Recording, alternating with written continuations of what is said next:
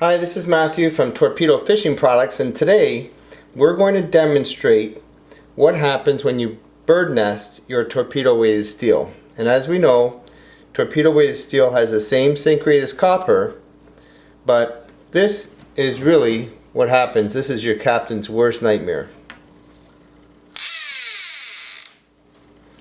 Now that's a pretty nasty bird nest. But thankfully this is not copper, it's torpedo weighted steel. And as you can see, even though it's a nasty bird nest, it just pulls right out.